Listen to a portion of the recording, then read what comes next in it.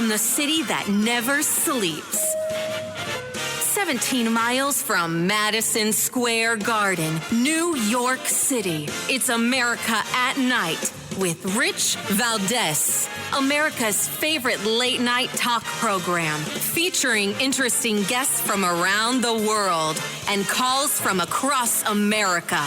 And now, here is your host, Rich Valdez. Hi there, good evening, and what's up, America? I am Rich Valdez, Valdez with an S, at Rich Valdez on all of the social media, your liberty-loving Latino amigo, and it's Friday night. Time to let the hair down, and if you want to give us a call, feel free to do so. Our phone number is 833-482-5337, 833-4-VALDEZ. And the big talk of today is Nancy Pelosi, 83 years old. She is running for re-election. Now, you would think, well, what's so big about that? She's been doing that since the 80s, running for office. Yep, you're right. However, 70-some-odd% of Americans think Joe Biden's too old to be in government office. Where are those people in San Francisco? Why are they not saying Nancy Pelosi? She's 3 years older than Biden, or 2 years older than Biden. I don't understand the double standard here. Is it because she's a woman? Are they letting her get away with it because she's a woman? I don't know. But apparently people are concerned about Biden's age. She's 3 years older than Biden, and she's getting a pass. Nobody's saying, Nancy, you're too old to serve. I don't know. Sounds crazy to me. The fact that Nancy Pelosi can get reelected time and again is also crazy to me. What has Nancy Pelosi done other than, tear up a copy of the State of the Union speech and make a lot of incendiary comments and create the January 6th commission and all these other things that really, I think, provided little to no benefit for the American people, but definitely hurt our political process, right? The impeachments that she oversaw. I mean, this was just hurtful to America, not because I like Trump, but because, like he said, it was a perfect call, perfect. And the reality is that she was politicizing and weaponizing her office and her political power just to amass more political power. Now, some might argue and say, no, because the reality here is that's what all politicians do, and that would be true to some degree. But overall, I think Nancy Pelosi is famous for what, right? You have to read the bill to see what's in the bill. You got to pass the bill in order to read it. I mean, come on. She's got nothing to stand on, yet she's going to come up with a record and just a bunch of bills that she pushed in her service as speaker and blah, yada, yada, yada. And she'll probably get reelected. I hope she won't. And whoever's running against her, I'm looking to have you on the show and help you as much as I can, because that's got to change. And there's a bunch of stuff we're going to get into tonight. I want to talk about a number of things. We're going to get into a conversation on what's happening in 2024. We're going to have a presidential candidate joining us in a little bit, just about 7-8 minutes from now. We're also going to talk about what's the best way to navigate your career when you're working in corporate America. And a lot of people always wonder, what would it be like if I could have an executive from one of these big companies, give us the inside scoop? I'd love to know what's in their minds. Somebody who worked at Nike or Google or one of these big companies. Well, I got one for you. And he's going to join us in a little bit as well to give us the scoop on, what employers are looking for and how to navigate that career and how to pick the best job for yourself. And we're going to continue those conversations, and we're going to add more topics. There's a film producer that's going to join us after that, and he's got a new movie called Trafficked. And you can already tell what the movie Trafficked is about, and we'll talk about that as well. But I want to talk about what's going on with these legal cases. A federal appeals court today says that the government likely violated the First Amendment of the United States Constitution when they tried to censor what they called vaccine misinformation campaign. Now, the they I'm talking about is the social media companies. But this they becomes convoluted. If you've been paying attention over the last several months, when Elon Musk bought Twitter, it was revealed that the they is not that separate, right? So when I say they, the social media companies, we found out that the social media companies had lawyers that had come from the FBI and that were in concert, working in lockstep with the federal government. The White House was calling the shots on a lot of this stuff.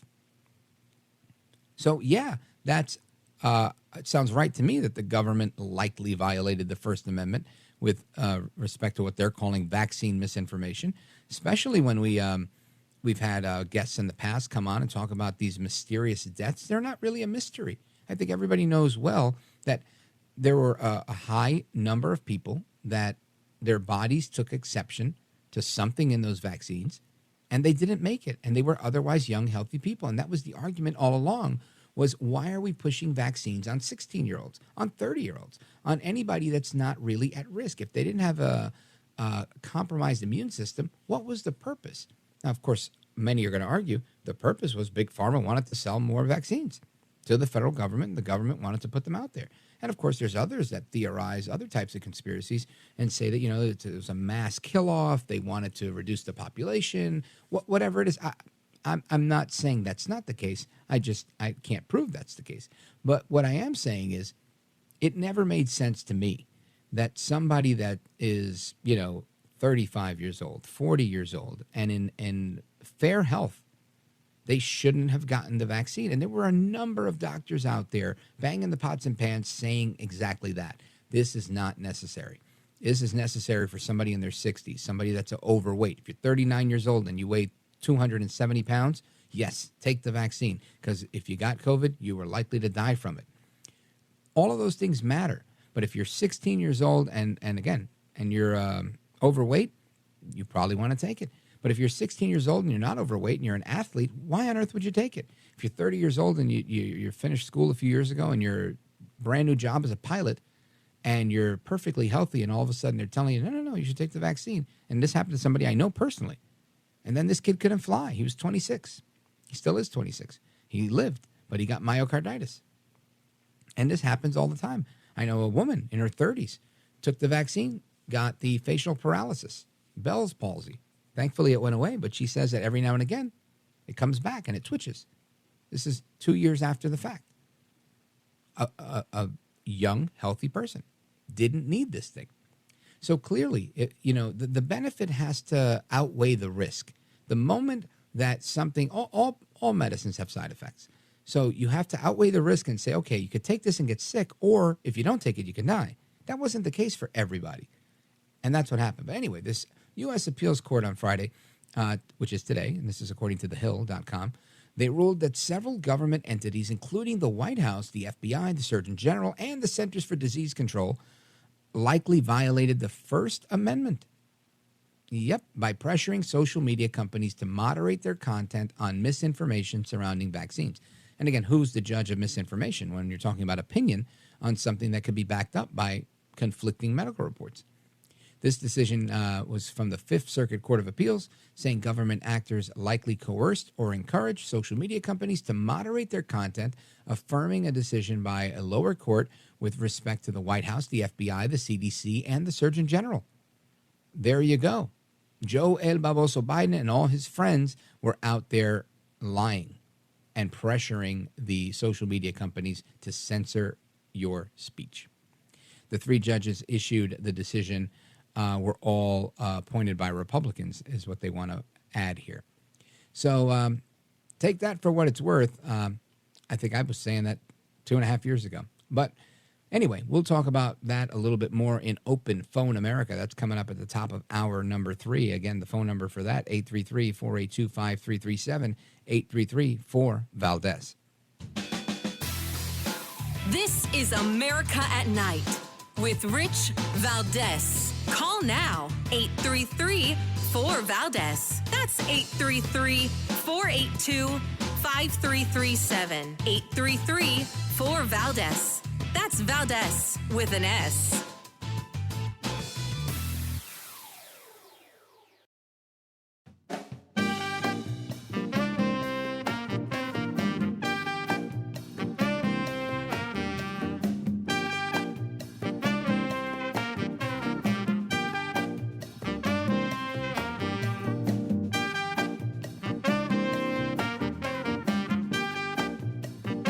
This is America. This is Night. This is Rich Valdez. All right, America, welcome back. And we're going to talk about 2024. What's going on in 24? There's a number of candidates out there. One of those candidates is Perry Johnson. He's a Republican candidate for president, and he's with us now. Perry Johnson, welcome to the program. Well, I'm delighted to be here. You bet. Now, we typically do a long-form interview, and this way our 5 million best friends that are listening right now can get to know you better. So we're going to try and cram as much as we can in, being that you're tight on time. Let's start off with tell everybody a little bit about yourself. Well, I'm a guy that grew up in a middle-class family.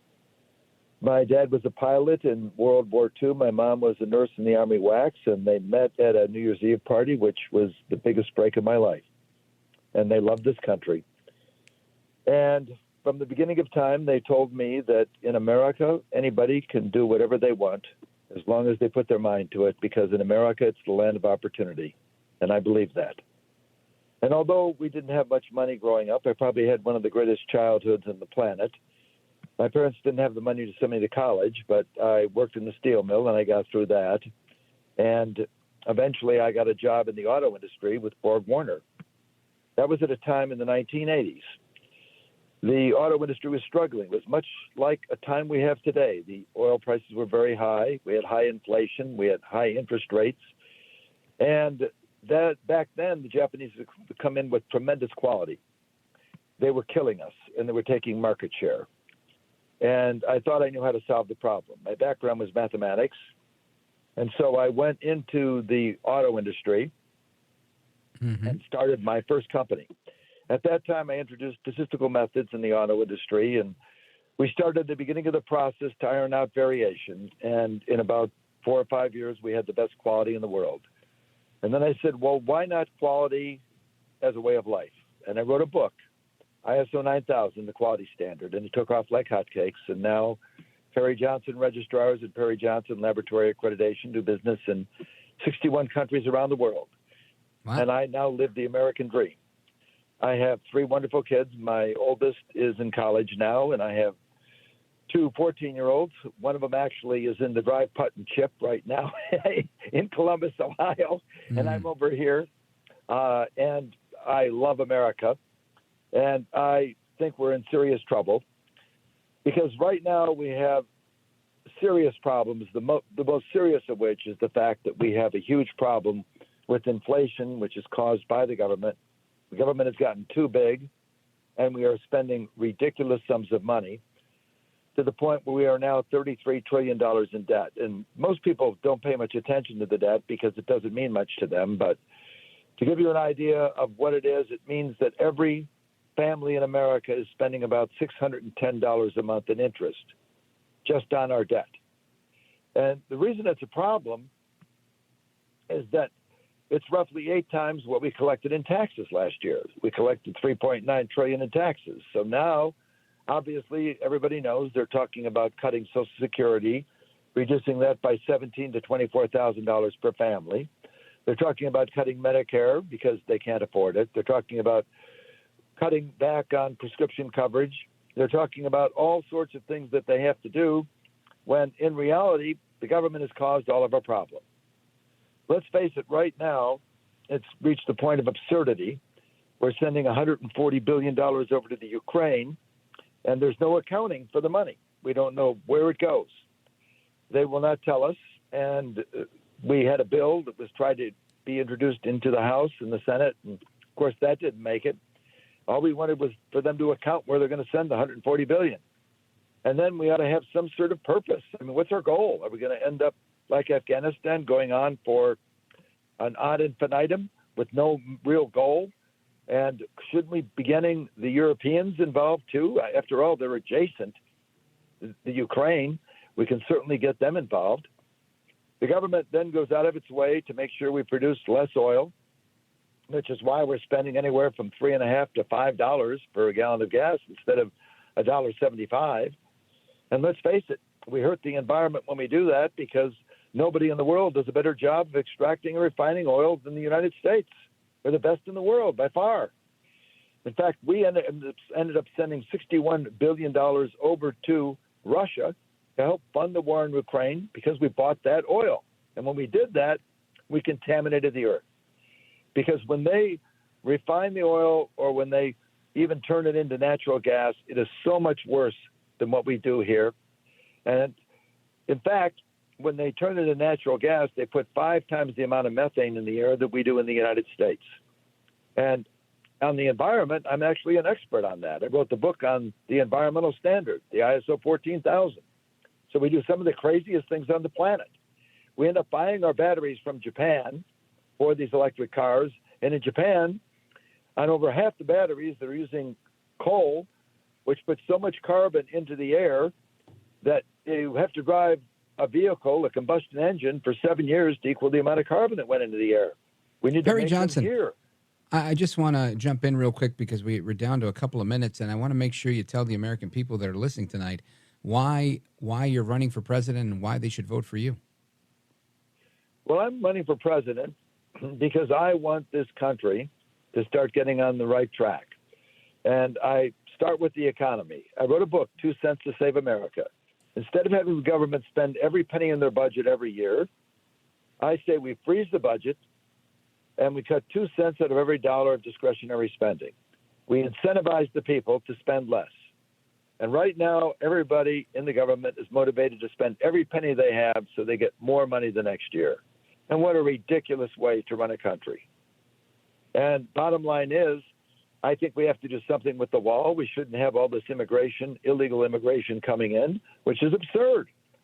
We finished the wall. We have 20,000 agents out there. Let them use the laws to enforce the border. And I'm a guy that has spent his life bringing quality and efficiency to companies. And I've been doing that for 50 to 100,000 companies around the world. And now I want to do that for this country. And I think it's about time that we have a CEO of a country. And I love this country more than life itself. Now, I'm on a campaign right now because in Michigan, we have these electors that are being charged for crimes, and they had no idea what they were doing, and they have no way to defend themselves. And so I've launched a campaign, and I've launched a PAC, and I'm putting up a matching 7-figure number to match the donations because I want these people to have a chance to defend themselves, because I think we have to stop this weaponization of our legal system. And it's just not fair to these poor people. I talked to one lady, she was crying. She's 78 years old, lives on Social Security. She has no possible way of defending herself, and she's facing 40 years in jail. It's terrible. Now, Perry Johnson, if people want to help your campaign, get involved, learn more about you, where do you send them? Go to perryjohnson.com. And if you want to find out, I have a reality series on running for president. Go to perryjohnson.com/backstage, and you can learn all about what's happening, because it's an amazing thing. When you run for president, it's unlike anything on the planet. You can't even imagine it. And so I'm hoping to be on this debate stage coming up in California. I had qualified for the last one, but at 11:10 on Monday, they decided they were going to not count one of the polls. So I ended up not getting on the debate stage. I'm hoping this time I do. Well, we're looking forward to that, sir. You sound like a really interesting individual, and I'd love to learn more about you. Folks, that's Perry Johnson. Check him out at perryjohnson.com. Perry Johnson, thanks for staying up late with us. I appreciate your time. Well, thank you. Enjoy life. All right, take care. Folks, we're coming right back. More to come straight ahead. I'm Rich Valdez.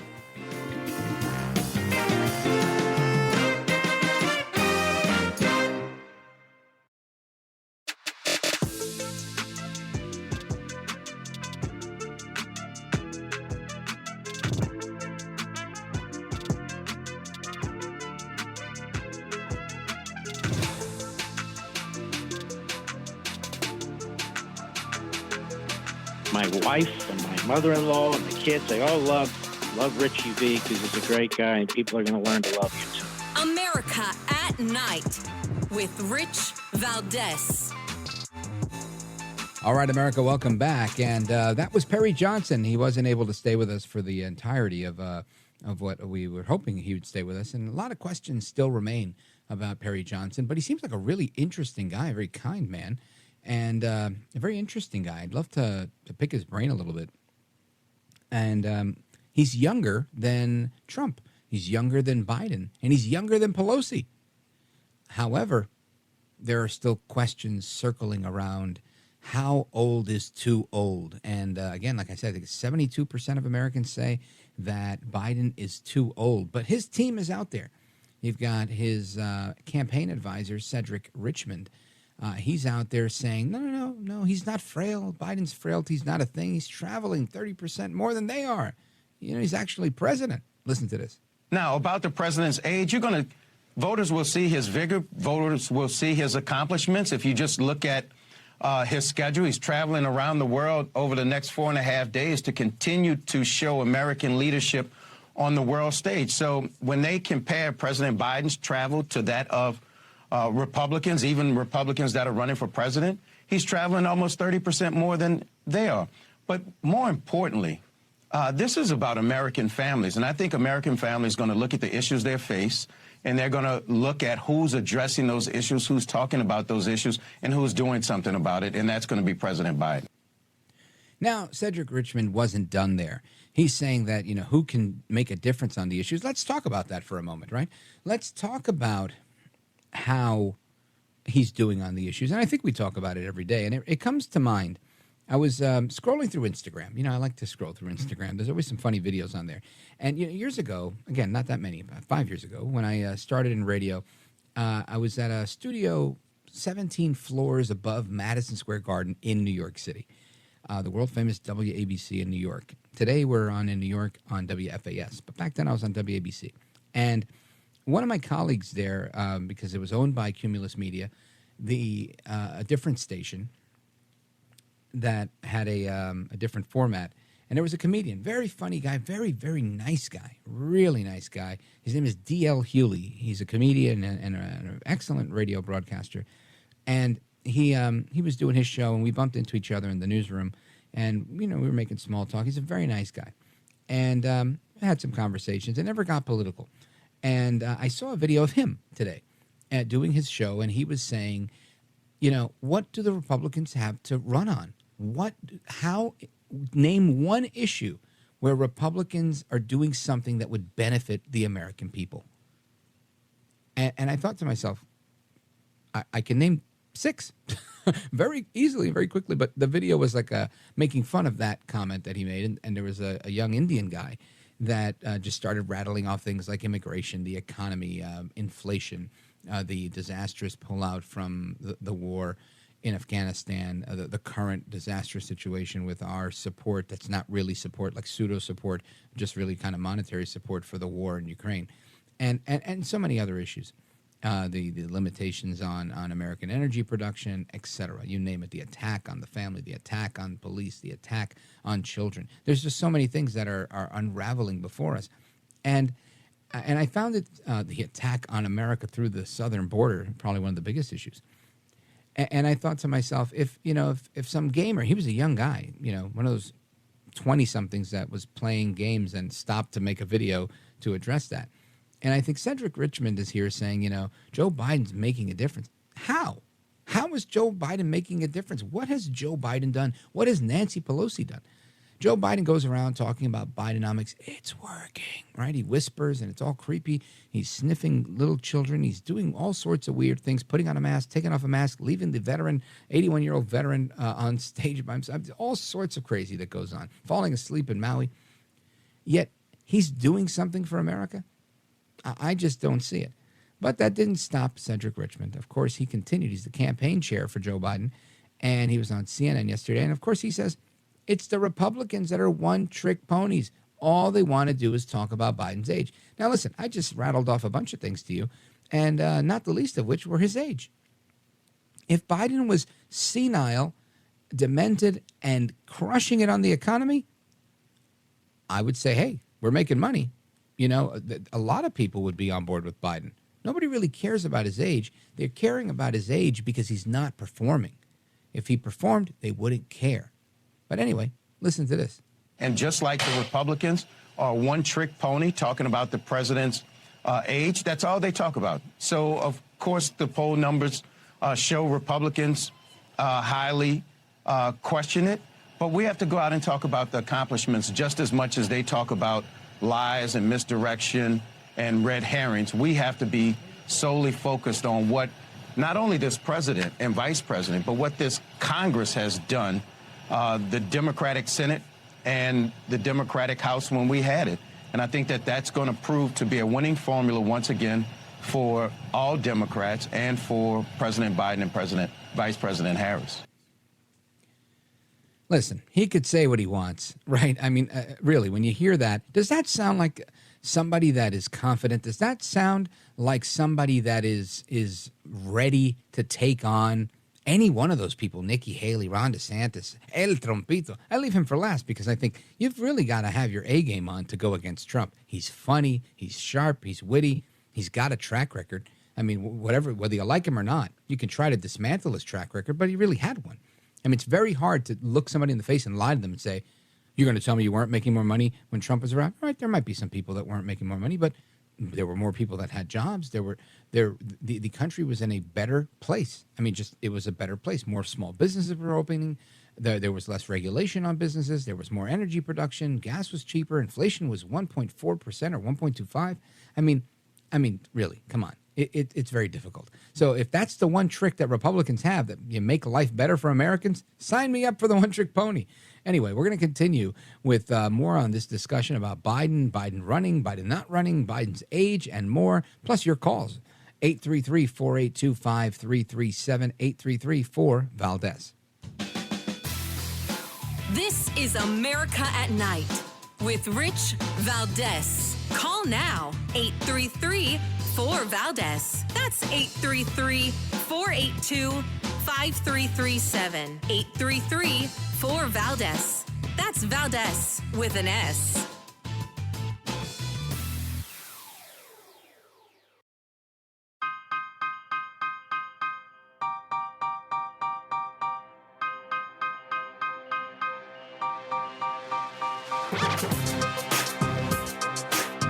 America at Night with Rich Valdez. Call now, 833-4-VALDEZ. That's 833-482-5337. 833-4-VALDEZ. Now, of course, there are more delusions, right? There's more delusions about Biden and his fantastic record. And again, look, I will give credit where I think it's due.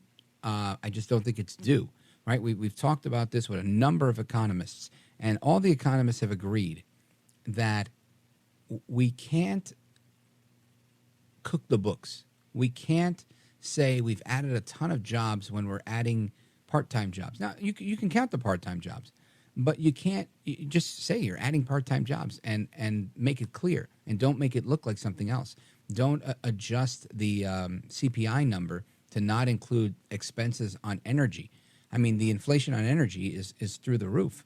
And, you know, when you're paying more for everything and you're using more energy, and you need energy for everything, right? You can't go to Walmart and get something from the store if it wasn't brought there by a big tractor trailer, right? So this is unrealistic. And when we take things apart, you know, I saw a funny meme today. I spend too much time on social media, I think, during the daytime. But I saw a funny one that said, you know, I raised, it's a picture of Biden. He says, I raised inflation by this much and spending by this much, and I brought it down by the little teeny bit, and I'm taking credit for it. And that's really where we are, lamentably. Anyway, I want to get to your calls. Let's see here. I'll give you the number, 833-482-5337, 833-4-VALDEZ. Let's go to Fort Myers, Florida, WGUF, and check in with Greg. Greg, you're on with Rich Valdez. Welcome. Hello, Rich. How are you tonight? Wonderful, thank you. Good. I wanted to comment on Perry Johnson. Sure. And the discussion you had with him. Now, if we can't get somebody like Trump in there, I don't know why the people on the right, like me, are not smart enough to see this guy is exactly what we need right now. Clear things up. Get everything back on track. Mm-hmm. No, I hear you. I think, look, again, I talked to him for, 8 or 9 minutes. And the sense I got was that he's a smart guy. He seems to have had a good track record in business. And, I'd love to learn more I'd love to learn more about his policy ideas on really the big issues, and he kind of touched on a few of them, but it was minimal. But it's important, right? We need to know the plan he put forward about reducing spending. I think that's great. The what I want to know is, spending. How do we do it? How do we do that? How are you going to build the relationships you need with Congress, who is, they're the ones that are going to vote on this. You need that support. So when I look at a situation like this, doing the political math, I say, which one of these candidates is likely to be able to get a majority of our party, right, the Republican Party, or whatever party? It doesn't matter. It's not a partisan thing. If you're a Democrat, who can corral and rally the troops to pass your agenda? And I don't know that any candidate other than Trump might be able to pull that off. Maybe DeSantis, because he spent a lot of time in Congress and he might have those relationships. So I think that's a big part of it. If you can't get that piece done, we don't get anywhere. But I agree with you. I think we need somebody that is a businessman, that has good sense about him, that can try and help this country go in the right direction. The other day we had Linda McMahon on the show, the former president of the WWE. She's chair of the America's First Policy Institute. And she was saying something like 89% of all businesses in the United States are small businesses. If that's how people are earning their living, right, through a small business, many of these small businesses include one employee, right? They consist of the owner out there doing what they do. If we don't have a business-minded president, we're screwed, because people don't subsist by the government, right? They talk about the top 1%, but there's also a percentage at the bottom that solely lives off the government. And it's not a huge number, but it seems to be growing. And we have to address that, because people need to be self-reliant. People need to operate in an economy that works for them, where they can do what they want, where there's a legitimate free market. And the market isn't free for the, as Adam Smith put it, the invisible hand to do what it does if the iron fist of government is stifling it. And to me, this is a critical part of how you move the country forward. When you have money flowing, everyone's doing better. Now, that's not the only issue, but it's a huge issue, right? He said something in his interview, Perry Johnson, Greg. He said, people don't pay a lot of attention to the deficit because it's not what they're worried about. And he's right. And it is an important issue in our country. But the reality is people aren't paying attention to that because they're out there busy doing what we all do every day. We go to work. We're trying to earn money. We're trying to save money to buy a house, trying to feed our kids, trying to just get by on rent, trying to do whatever we can do. And in a situation like that, we have to help people to earn. And the only way you can have good earnings in your country and actually make some money for people to make money is if we are in a good spot. And we can't be in a good spot if we're tied up in giving a ton of cash to Ukraine. We have to support Ukraine, but we have to do better. We can't just, sit here and wish for the best. You know what I mean, Greg? Yes, sir. That's true. And I'm with you. I would vote for Trump in a heartbeat. I still have the Trump sign in my yard from 4 years ago, or whatever it's been. I also wanted to ask you something real quick. Yeah. Have you heard that Bill Gates wants to cut down 70 million acres of trees and bury them? I haven't. What I did hear about Bill Gates was that he's spending $100 million on Bud Light. and I thought, that's insanity. But he just bought the Bill and Melinda Gates Foundation, their trust, bought 1.7 million shares of Anheuser-Busch for about $95 million. And I can't imagine why, but I'm sure we're going to find out soon enough why he has this new interest in Bud Light. As far as the trees go, I don't know. But when I look at Bill Gates, all I could say is he's like the real epitome of like the American version of Klaus Schwab. Like a mad scientist, an evil scientist, just a guy with way too much money. And again, he's allowed to have his money. I want him to have all the money in the world, really. If he earned it, good for him. But the things that he comes up with, these vaccines and Africa and this and that, and it's like, just stick with the computers, bro. Really, take it easy. So I'll look into the tree thing, Greg, and we'll find out what's going on, and I'll, maybe I'll talk about it if we get to the bottom of what's going on with the trees. But it wouldn't surprise me in the least. There's always more to the story. Anyway, folks, we're going to come right back to your calls and more. 833-482-5337, 833-4-VALDEZ. This is America at Night with Rich Valdez. Call now, 833-4-VALDEZ. That's 833-482-5337, 833-4-VALDEZ. That's Valdez with an S.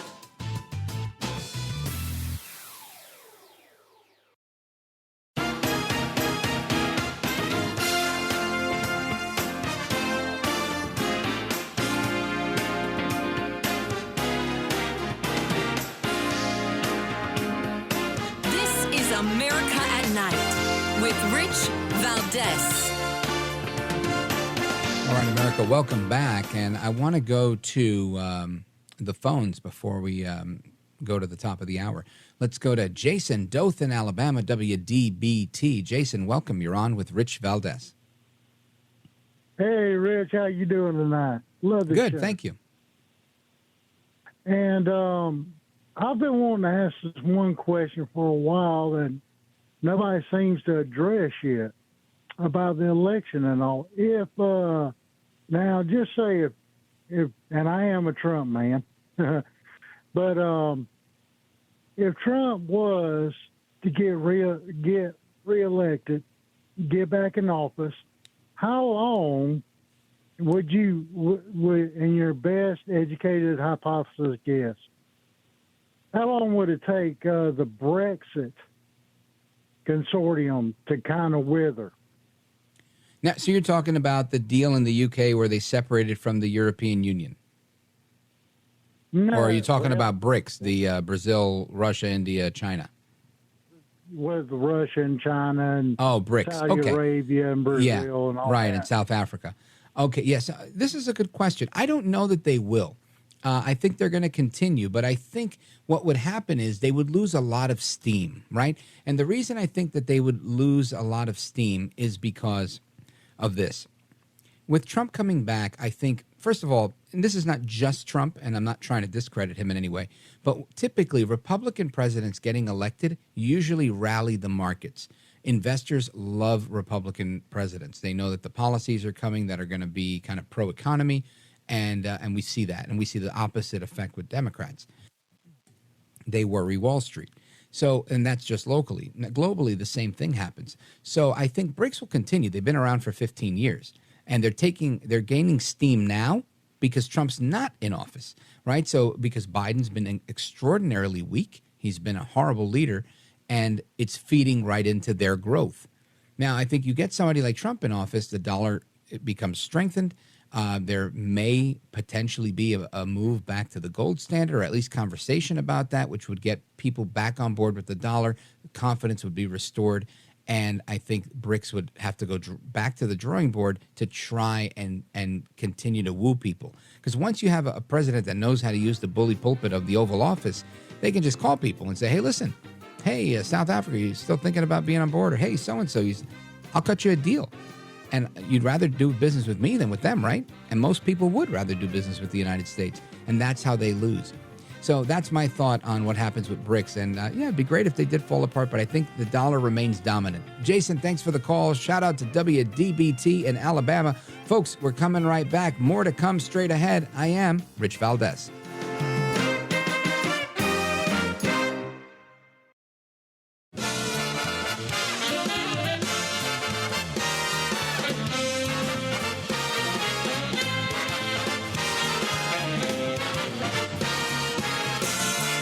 Live from the city that never sleeps. 17 miles from Madison Square Garden, New York City. It's America at Night with Rich Valdez, America's favorite late night talk program, featuring interesting guests from around the world and calls from across America. And now, Here is your host, Rich Valdez. Hi there, good evening, and what's up, America? I am Rich Valdez, Valdez with an S, at Rich Valdez on all of the social media, your liberty-loving Latino amigo. Happy Friday. Welcome to the program. If you want to join us, we'll be taking calls throughout this hour. 833-482-5337, 833-4-Valdez is the phone number. And Disney's lost $218 billion in stock. Isn't that interesting? And we've got layoffs that continue. It's an interesting thing, and it makes you wonder, if you got a job, you might want to focus on keeping your job, right? Makes sense to me. Now, when we look at these things, it's not always that simple, right? Sometimes jobs and careers can become a little bit complicated because people want to quit. People get promoted, and then they quit after they get the promotion, and it's like a phenomenon that we're seeing because there's always people that are looking for a bigger, better deal and other reasons that we're going to get into. But I always find it interesting, and it makes me wonder. I'm still wondering from like the pandemic time, I forget the name of that, like the Great Quit or whatever, the Great Walk Off or something like that, where people are quitting their jobs during the pandemic, like in record number, as if there was a ton of money around. And I guess there was a ton of money around with the stimulus checks that were going around. And it always gave me pause to think, what is going on? And why are people making the choices and decisions they're making when it comes to their employment in what I'm going to say is an uncertain economy, right? And I think, wouldn't it be great if we could talk to, one of the top executives from any number of big companies like Google, Nike, Target, and others, and find out, what's the story here? What's going on? Well, that's what we're going to do. We're going to talk with Dr. Andre Martin. He's the founder of Top Executive Coach. Wrong Fit, Right Fit is his book. And I'm interested to get into this story because it's interesting how some employees are becoming flight risks, and I think a lot of employers are focusing more on retention now because it's very expensive to backfill positions and rehire and retrain, and all the money and operations that you lose when people leave. So I want to welcome Dr. Andre Martin. Sir, welcome to the program. Hey, Rich. Good evening. Thanks for having me today. How you doing? You bet. I'm doing great, and I think this Great. is a fascinating topic. I'm looking at the piece in the Wall Street Journal, and the headline, Up, Then Out, Why People Quit After Getting a Promotion. And it's an interesting thing to me because you would think you get promoted, you're going to stick around, but that doesn't seem to be the case. Why? That's right. Well, promotions are interesting, right? I think the stat that they cited was about 29% of employees quit their job within a month of their first promotion. And there's a couple of things that happen, right? When you get a promotion, it is a signal from the company that you are seen and you are valued. But there's another truth. It's also a signal that you're marketable. And I think in this day and age, what we're seeing is that everyone is optimizing for the quickest, fastest path to career progression. And so once I get that title, I'm more marketable, I can demand more money, and I can look to see if maybe the grass is greener in another company, in another place. And, up until now, it seems like people are willing to hire pretty quickly that recently promoted talent. Well, it's interesting perspective because, I know people who've done this. They got a job somewhere, they got that title, and they were like, yep, I'm out, I'm over here. And I always think that's a risky proposition because if you leave a well-established company, organization, whatever it is, and you go somewhere that's like a startup or something that might pay you a little bit more but has a smaller overall budget, ultimately you're playing with fire. And I know somebody that happened to as well. He left a really established hospital with a manager position to go for a senior director position and make a few bucks more. And less than a year later, they were eliminating the position because they just couldn't afford it anymore because they weren't as big of an outfit. And I think you got to weigh those things. How much of that are you seeing in the work that you do? Well, I think there's a couple things that are happening, right? And this is really some good information for our listeners out there who are thinking about leaving their job. First and foremost is there's a lot of studies that show us that there's almost no correlation between an increase in pay, often comes with a promotion, and long-term job satisfaction, right? So what we find is that pay and better titles tend to give us a bit of a boost in the short term, but over the long term, you don't get more satisfaction. And even as places like Gallup look at the overall engagement level by job level, there's really no differences. And so chasing titles and pay over time isn't necessarily going to make you more satisfied at your job. The second thing we're seeing, and I don't think talent realizes this, is that transitions take energy. Every time you move, you have to build a new social network. You have to learn new ways of working. You have to meet new people. You have to learn a new system. And what happens is all your creative energy at that point is going to the transition and not to your craft. So the more you move, the less you're actually probably getting better at the thing that you're supposed to be great at. And so I look at all these moves and I think we underestimate the long-term impact of a lot of transitions.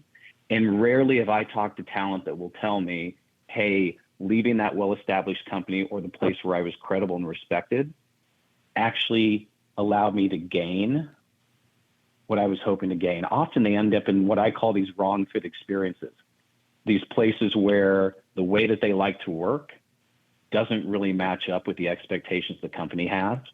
And over time, they end up feeling like they're slogging through mud.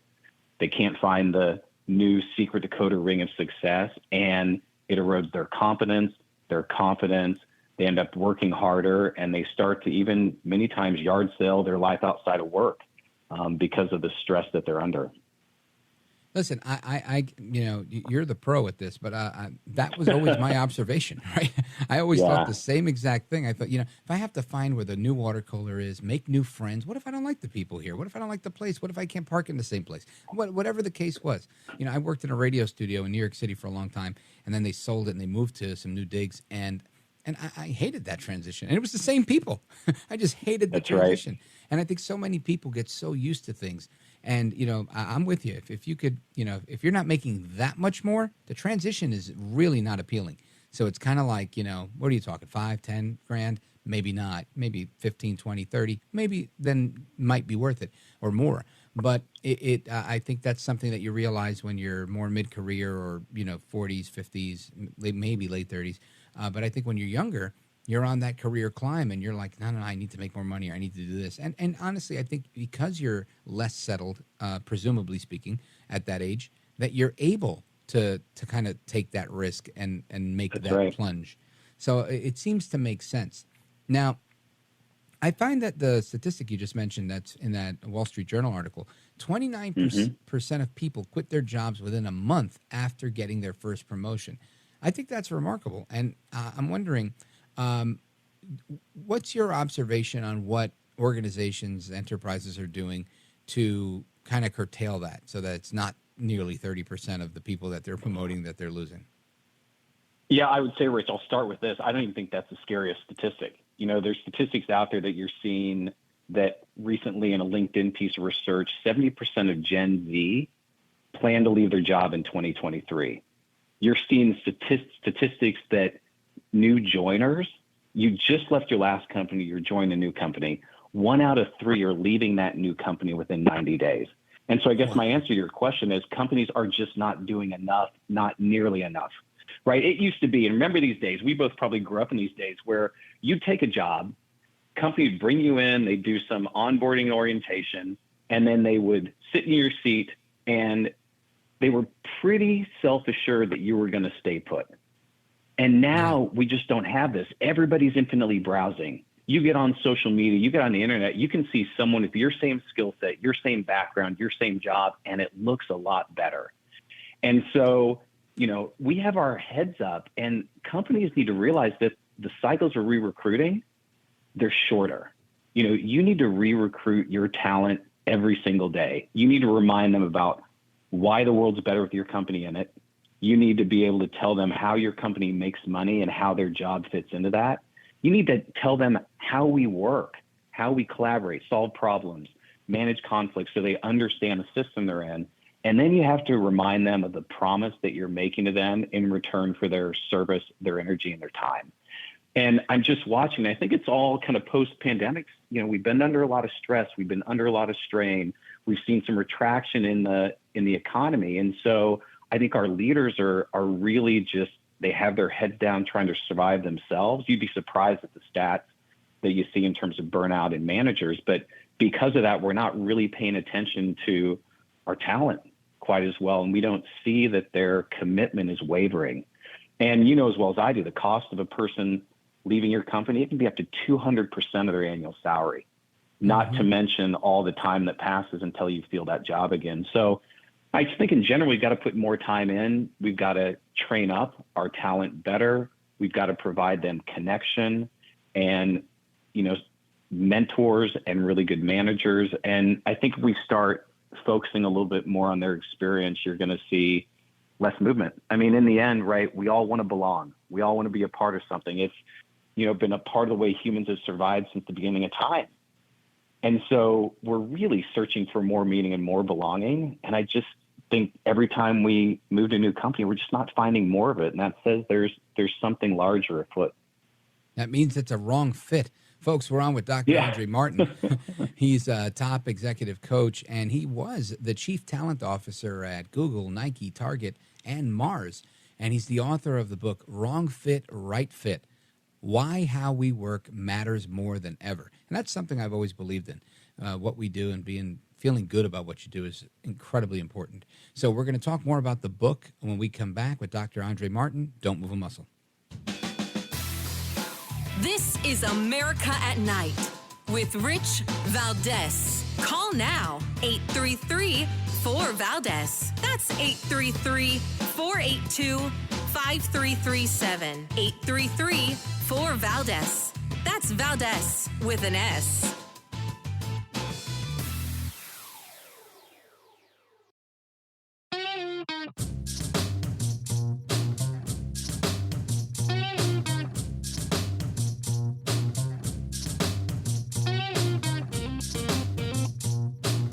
America at Night with Rich Valdez.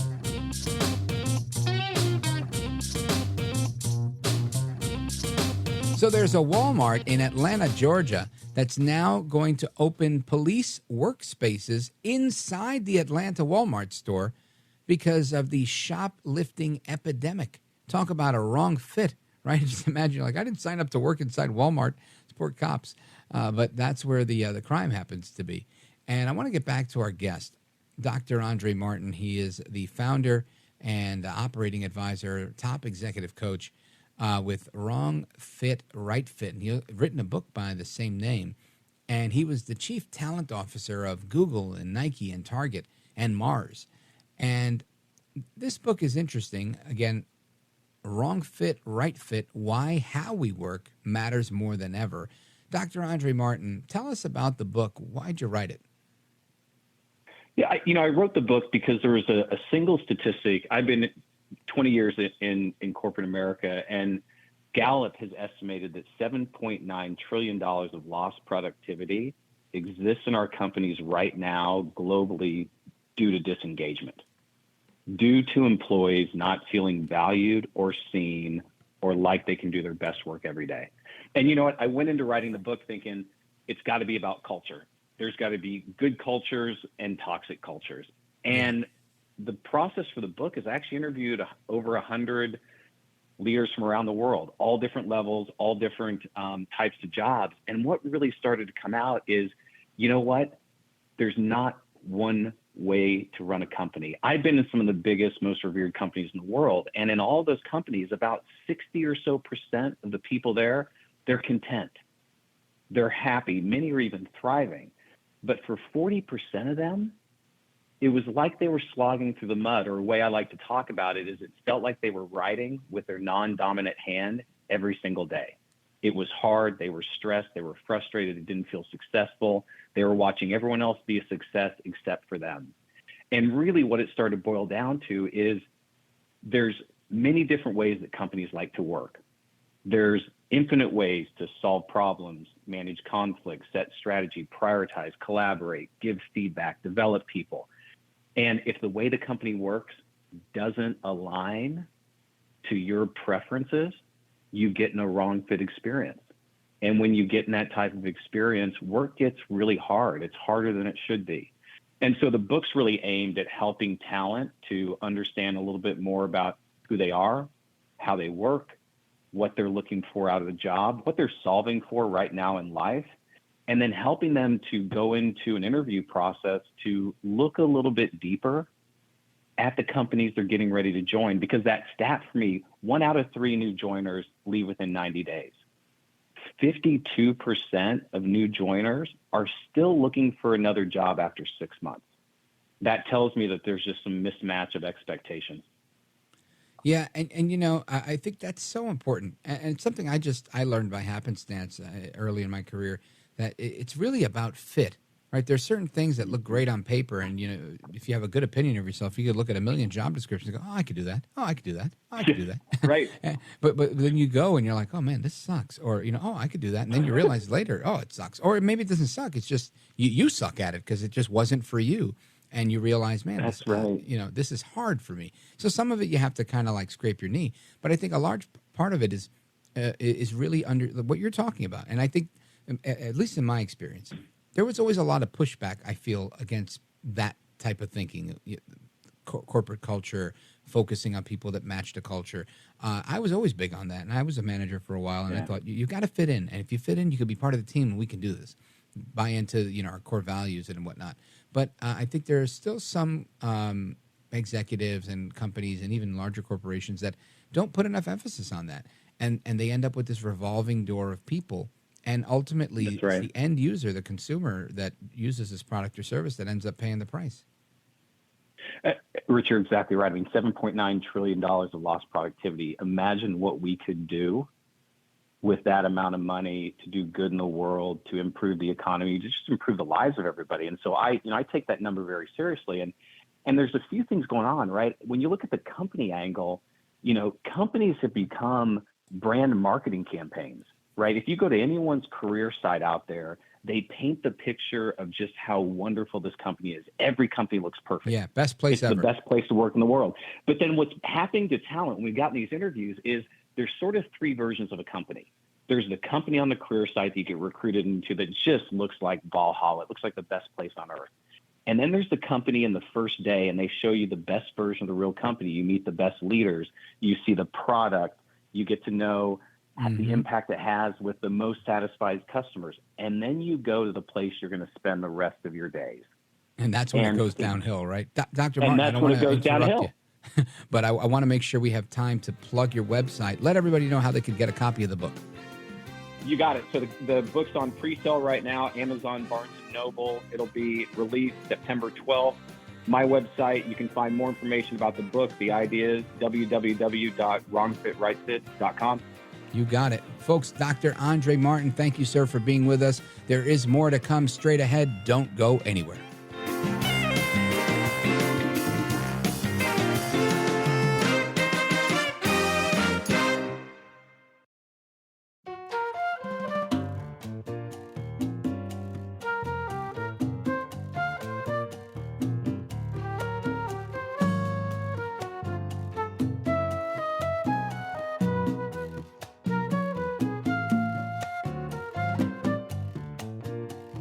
America at Night with Rich Valdez.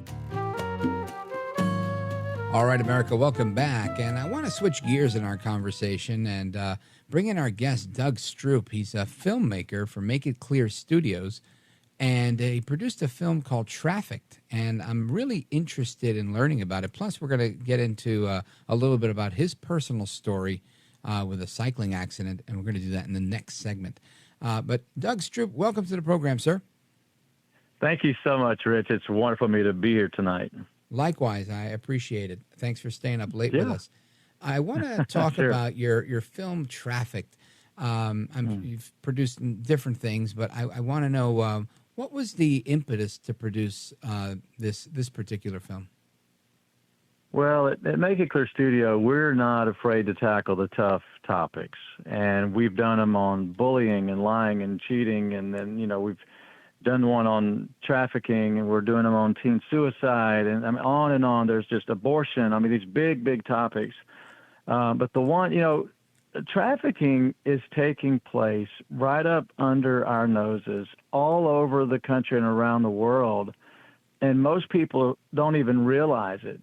And so we wanted to shoot a film that would raise awareness of that, kind of give you some things to look for in your surroundings, and to educate the viewers on here's some things that you can be a part of. You can, know what's going on in your surroundings and be able to look for those things. If you see something that doesn't look right or doesn't feel right, you need to talk about it. You need to say something, because in doing so, you could actually rescue, a child out of that nightmare of trafficking, or maybe even keep one from getting trafficked in the first place, right? Because you're more aware of your surroundings or whatnot. So it's a horrible evil, and so we just want to do our part to help, in that way. And film is a huge way, as you know. I'm sure you can reach masses of people through film to get a powerful message out there. So we love making a difference in people's lives through film. Yeah. Now, so tell us about Trafficked. Obviously, the import is clear. I mean, just look at the news, and there's news every day about, yesterday Cuba arrested 17 people for trafficking young men to fight for Russia in Ukraine. Today, members of Congress were confronting the Department of Justice on whether the first son violated sex trafficking laws. So it's always in the news. And it's important. But tell us about the actual the gist of the film. Sure, excuse me. So in the film, we have a young girl. Her name is Anna Davis, and she had been living that nightmare of being trafficked for a long time. And we go into the backstory of how she got trafficked, how she got enticed, and it was through a fake social media profile. There's many different ways that the traffickers can entice these young girls and boys into that. She thought it was a young boy that really liked her and wanted to date her, wanted to see her, whatever. And so she fell for that. And when she ended up agreeing to meet him somewhere, well, it wasn't him. She got kidnapped and she got taken into trafficking, just totally unaware of any of that. And so in our film, we have her on a court in a courtroom after she had been rescued, and we go through and we show how she got rescued by somebody being aware of their surroundings, and they saw something that didn't look right, and they did something about it, and so they were able to help rescue her in the film. And then here we have her in a courtroom in the witness stand, and she's reliving her story in front of her trafficker to see if there's enough evidence against him to actually put him in jail. And so that's kind of the impetus as we go through the film. That's the story that it tells, and it's very powerful. So, there's a jury, the whole thing in the courtroom setting and all of that. So we have the defense attorney, prosecuting attorney, and all that. So it's very powerful, and we're glad to be playing a part, in making a difference in that area. When you're putting a film like this together, what is the where do you draw the inspiration? Wow. For me, it's just in my heart. I want to make a difference in other people's lives. I mean, we're a faith-based film company, and so there's great inspiration there in, having the foundation of faith in Christ, right, in what we do in all of our films. But for me, there's just a great inspiration in my heart because I want to make a difference in other people's lives. Like we did one on bullying, right? And so I want to show bullying leads many times to suicide.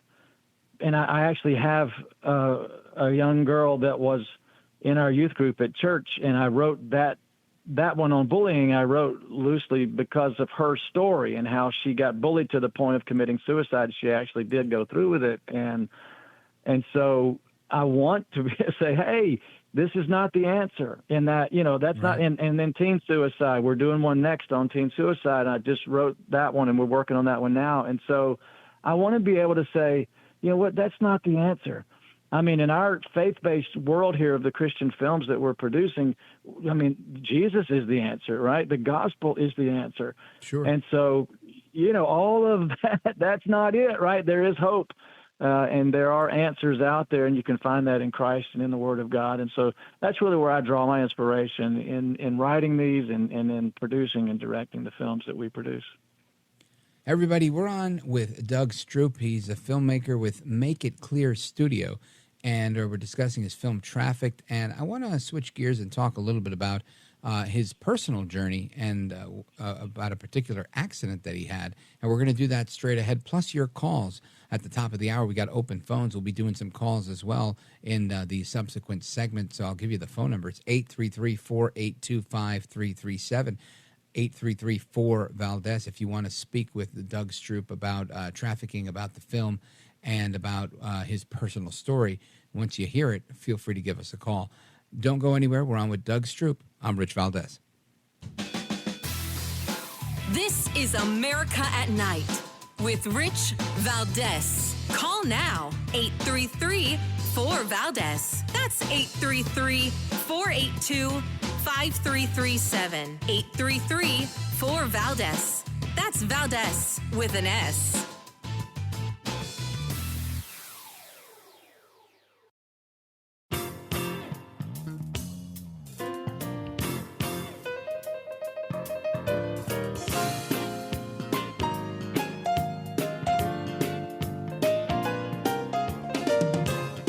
America at Night with Rich Valdez. All right, America, welcome back. We're on with Doug Stroup. He's a filmmaker, the head of Make It Clear Studio, produced a film called Trafficked, as well as other productions he has under the belt. And Doug Stroup has a real-life Lazarus story of his own, where his career nearly ended. Tell us the story. Sure, I'll be glad to. And let me just say, I'm so thankful for Samaritan Ministries to help me through all of this, making sure our bills get paid. Because as you understand and realize, when you have a traumatic brain injury like I had, you don't know who you are, where you are, what's going on, and it takes the brain a long time to heal. And so I literally was out of work for over 2.5 years, almost 3 years. I couldn't drive, couldn't anything. What happened was, I was a cyclist. I've always taken care of my body as the temple of the Lord. I want to take good care of myself. And so I run, cycle, jog, walk, all those things, exercise. To do that, well, I was doing a century ride. Yeah, that's 100 miles all at one time. And, Rich, I had gotten to 102 miles. Actually, the length from the start to the finish was 103 total. Nice. And I had just crossed 102. I was almost to the finish line. And something happened. My bike ran off the side of the road. My rear tire buried down in some mud because it had been raining on us a lot off and on during the day. Anyway, I ended up trying to get back on the road at about 20 miles an hour. And I ended up going across into the traffic. My bike went across 2 lanes of traffic. My body went over the handlebars, and I landed out there in the middle of that traffic. I remember 2 thoughts that went through my mind, Rich, as I went flying over the handlebars. The first one was, this is going to hurt really bad. And the second one was, I don't want to face plant, right? So I tried to give it the old athletic roll, and I thought maybe I could just tumble out of it on the other end. But what happened was, when I ended up hitting the pavement, I hit the back of my head. And yes, I was wearing a helmet and all the gear, but when I hit, I actually drove the dial of my helmet into the base of my skull with such impact that it gave me a traumatic brain injury. My brain stem was messed up. I messed up my shoulders and a lot of my neck and my back and my spine and all kinds of things. But the biggest result of that, was the traumatic brain injury. And so because of that, I was, in and out of the hospital, a lot of specialists, all those things. For about the first 8 months, I couldn't walk and talk. I just had to learn how to do those things over again. But I mean, I could have easily just gotten run over because I literally went right out in the middle of 2 lanes of traffic.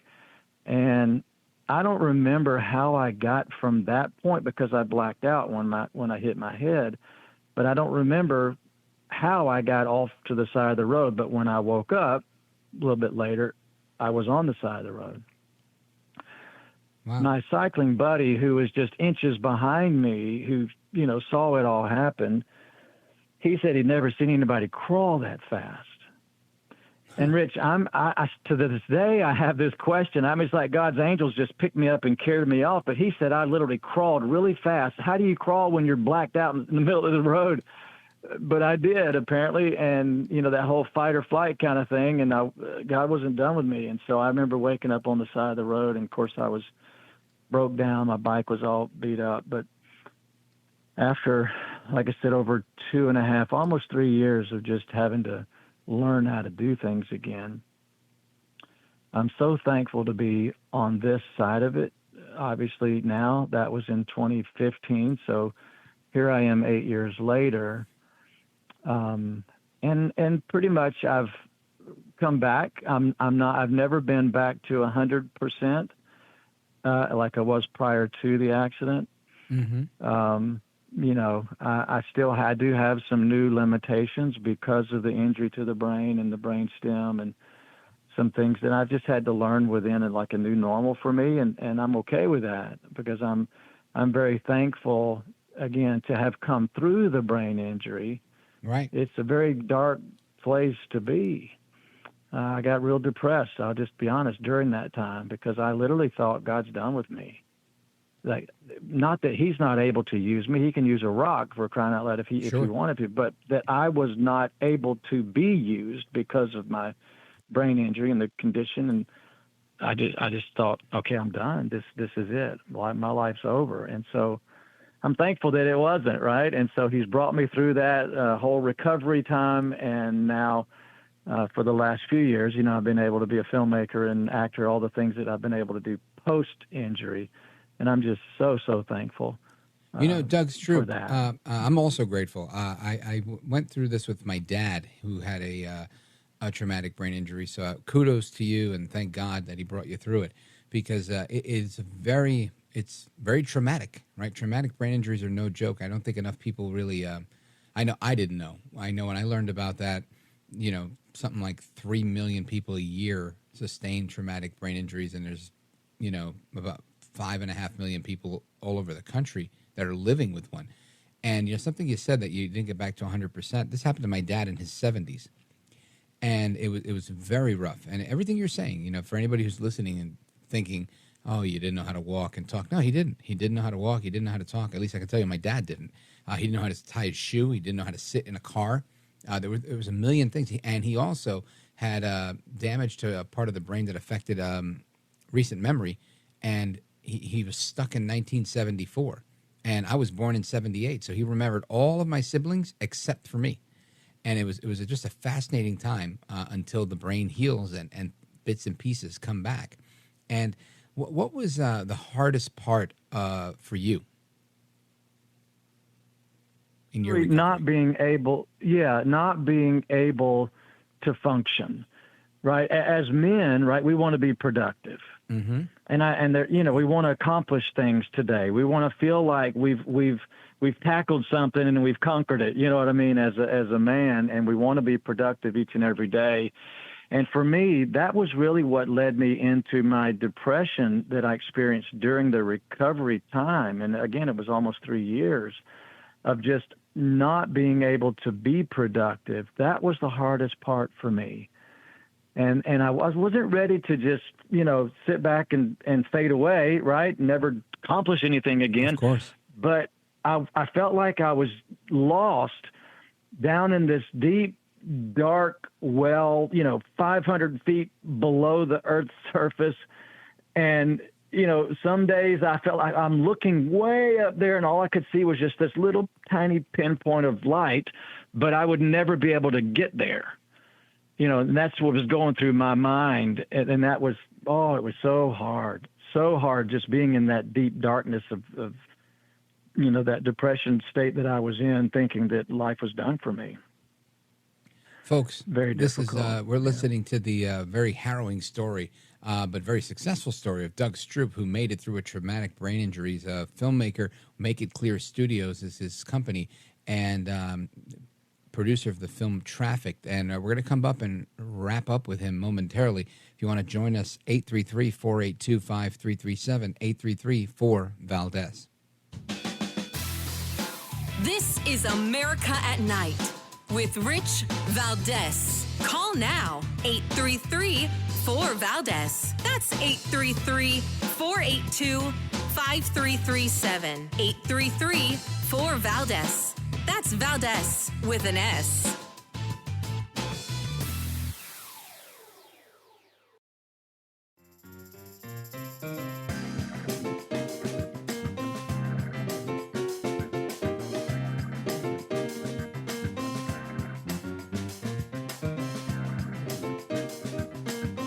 Call now, 833-4-VALDEZ. That's 833-482-5337. 833-4-VALDEZ. That's Valdez with an S. All right, America, welcome back. Doug Stroup is a Christian filmmaker with Make It Clear Studios, and he survived a cycling accident that left him with a traumatic brain injury. These are life-changing injuries where you can forget how to say certain words. You go through something called aphasia, where the word's at the tip of your tongue and you never get it. And it takes forever for the brain to create new pathways to relearn things like walking, talking, tying your shoes. It's just a remarkable process. And I went through it with my dad. And during the time it happened to my dad, it also happened to a family friend of ours on a motorcycle. And it was interesting. He was 24. My dad was 77 or 73, and the similarities were just so glaring. You know, it was like, wow, irrespective of age, you know, when you have pressure on your brain and what they call a subdural hematoma, these things cause damage, and the damage can sometimes be permanent, or it could take a long time for the brain to heal. Doug Stroup, in the moment that we have left remaining, I want you to just let everybody know what's your word of encouragement for people that are dealing with either a serious concussion or a TBI. You know what? My word of encouragement would be that there is hope. There is hope. I know that when they go through that time, they're probably feeling hopeless like I was. Maybe they're suffering through depression, thinking that they'll never come through this, never be able to function, you know, normally. Normal is different after you have a traumatic brain injury. As you mentioned, your brain has to relearn. It has to build those connections, and the communication that was broken down. In my experience, like signals were being sent, and yet it was like speaking two different languages. They weren't being received. Like, hey, he needs more oxygen to his brain. They're going, what? I can't understand what you're saying. I mean, it just so those things can heal. And yes, there is hope. And for me, that hope is found in Christ and in the gospel and in the Word of God. So outstanding. Doug, with the 30 seconds remaining, or 10 seconds now, what's the website where people can learn more about your work?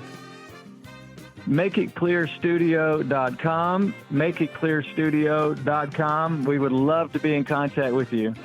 Thank you, Doug Stroup. I appreciate it. Godspeed to you, sir. And folks, Open Phone America starts right now, 833-4-VALDEZ. Give me a call. It's Friday night. We're going to have some fun.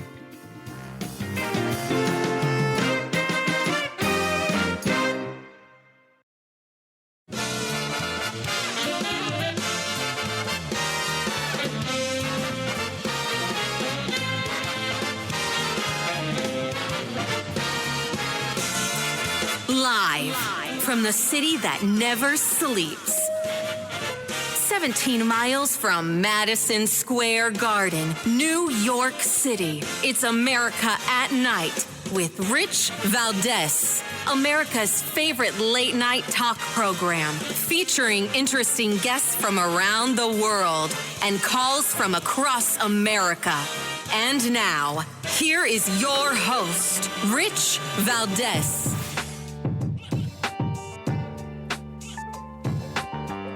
Hi there, good evening, and what's up, America? I am Rich Valdez, Valdez with an S, at Rich Valdez on all of the social media. It's Friday night, hour number 3. We like to call this Open Phone America. Get at me at Rich Valdez on the social media if you want to, or give me a call, 833-482-5337, 833-4-VALDEZ. Now, listen, this is your personal invitation. If you've never called the show, it's first-time caller, I'm looking forward to speaking with you. We got a lot of things on the table already, and I'm happy to talk about with you with whatever about whatever you want to talk about, because that's how we do here. And a number of things we talked about tonight. We talked about trafficking. We've talked about traumatic brain injuries. We've talked about the right fit and the wrong fit in the workplace. And we talked about the issues facing America, Joe Biden's age, Perry Johnson, who's running for president, and so much more. And, of course, whatever topics you bring to the table will be added to the discussion. But something I want to discuss now is the IRS. So the IRS is cracking down on 1,600 millionaires over back taxes. And it's easy to not pay your taxes, right? I mean, even if you get a bill and then you forget to pay, and I've seen it happen. So the IRS is launching an initiative to crack down on these 1,600 millionaires and 75 large businesses that it says owes hundreds of millions of dollars in back taxes. Now, I'm wondering, the 75 companies that they're going after, are those the 20 shell companies that Joe Biden and Hunter Biden used to hide their money? Because I know they're into that whole tax evasion thing. Well, the program takes advantage of additional funding from the IRS that was included in the Inflation Reduction Act, which adds funding to hire and replace 87,000 new IRS employees. Now, we learned when this happened that some of these employees would be armed. And then later on, we learned that they shot each other about a month ago, right? 2 or 3 weeks ago. And you could check, Mr. Hinton, let me know what you find if it was a month ago or 2 weeks ago. But they had an unfortunate shooting incident with, I'm going to say, probably less than trained armed IRS agents. So good job, Joe El Baboso Biden. But the audit rates on people making less than $400,000 a year will not change. You know, I find it fascinating that the magic number, right? You know, they always talk about the 1%, the billionaires, Bernie said, the billionaires, right? But when it comes down to policy, they always pick $400,000 per year. And it makes me wonder. I mean, there's plenty of construction workers and contractors and plumbers that are making that kind of money. Lawyers, doctors. These are not extraordinarily wealthy people. I mean, yeah, $400K is a good amount of money to make, for sure. But this doesn't make you the rich. You know, to say you make $450K a year, now you're considered the 1%. And that's not the case. Why do they do that? Why? It's Democrats that do that, right? Republicans have never done that. They've never said, because they don't like to focus on the rich or whatever. People say, oh, tax breaks for the rich, tax breaks for the rich. No, listen, you shouldn't go after anybody punitively because they do well in life. Why should anybody have to pay more percentage in taxes just because they were more successful than somebody else? You should pay the same proportionate amount. You know, this is why I support a flat tax, because if, let's say, the tax rate's 20%, then it's 20%. 20% on your dollar, 20% on my million. Same thing, right? God willing, I have a million. But that's the point. Anyway, something the IRS Commissioner Denny Werfel said, the years of underfunding that predated the Inflation Reduction Act led to the lowest audit rate of wealthy filers in our history. All right.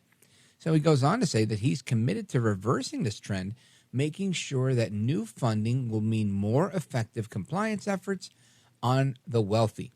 And again, $400K, does that make you wealthy? I mean, really, let me know what your thoughts are. I don't think it makes you wealthy.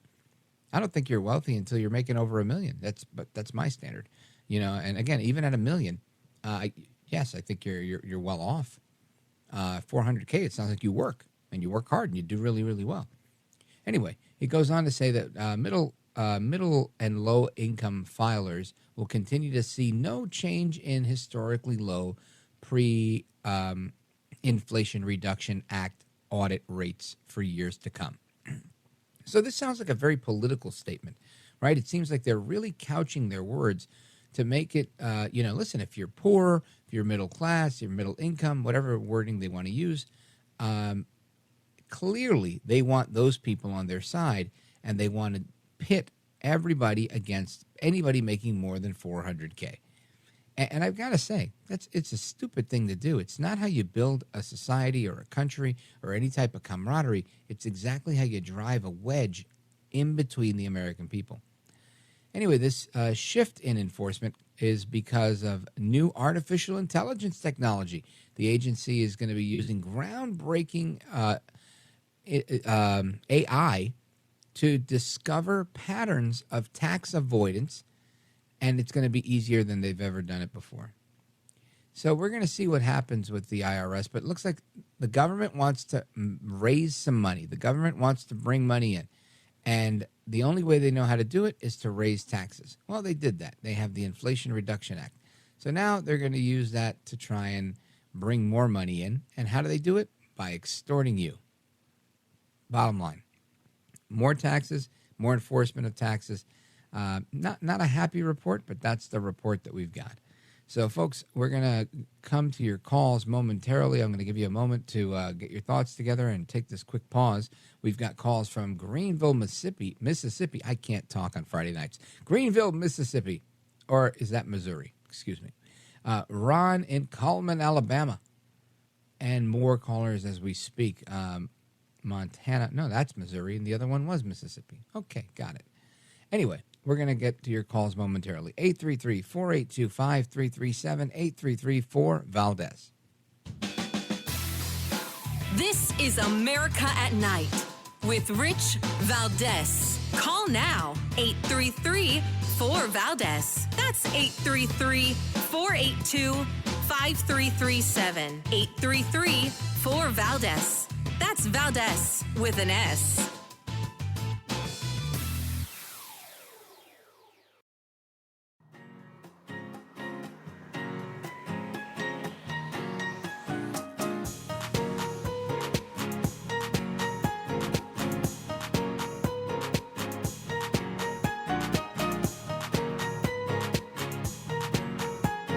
Congratulations on just an amazing show. I know you've worked so hard in the industry, and nobody deserves it more than you do. So I'm happy to see you really succeeding here. It's awesome. America at Night with Rich Valdez. Call now, 833-4-VALDEZ. That's 833-482-5337, 833-4-VALDEZ. That's Valdez with an S.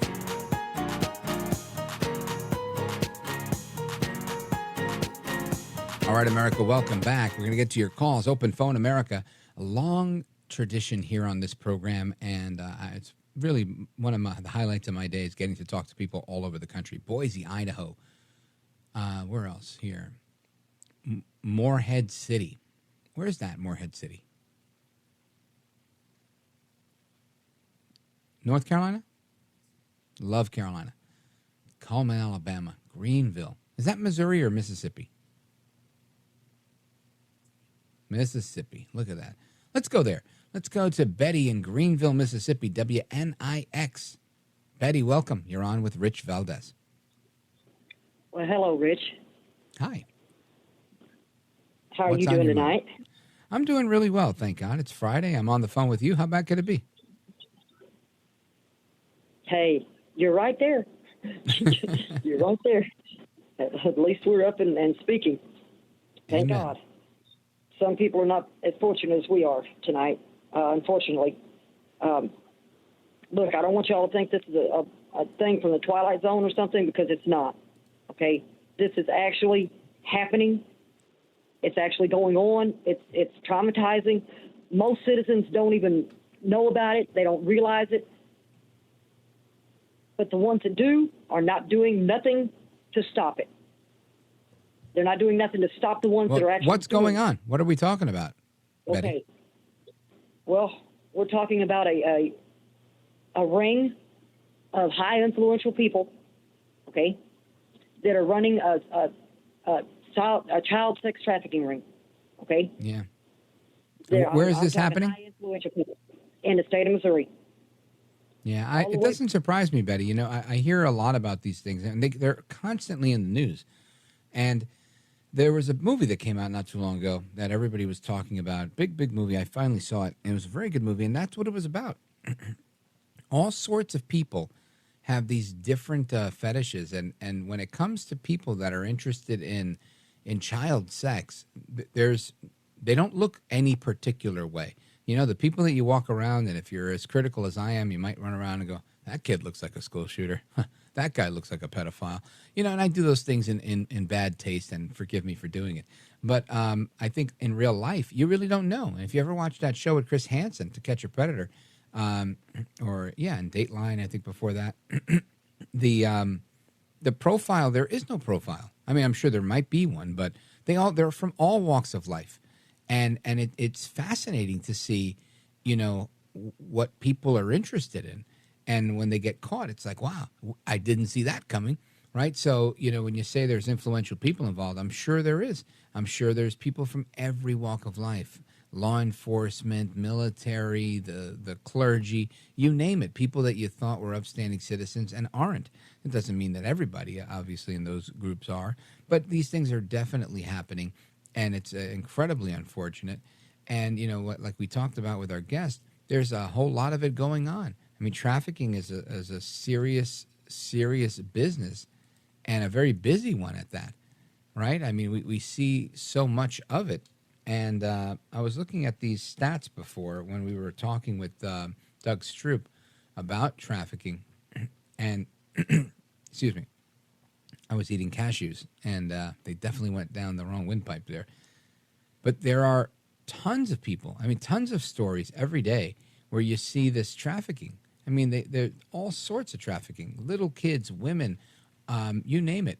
There's a market for it.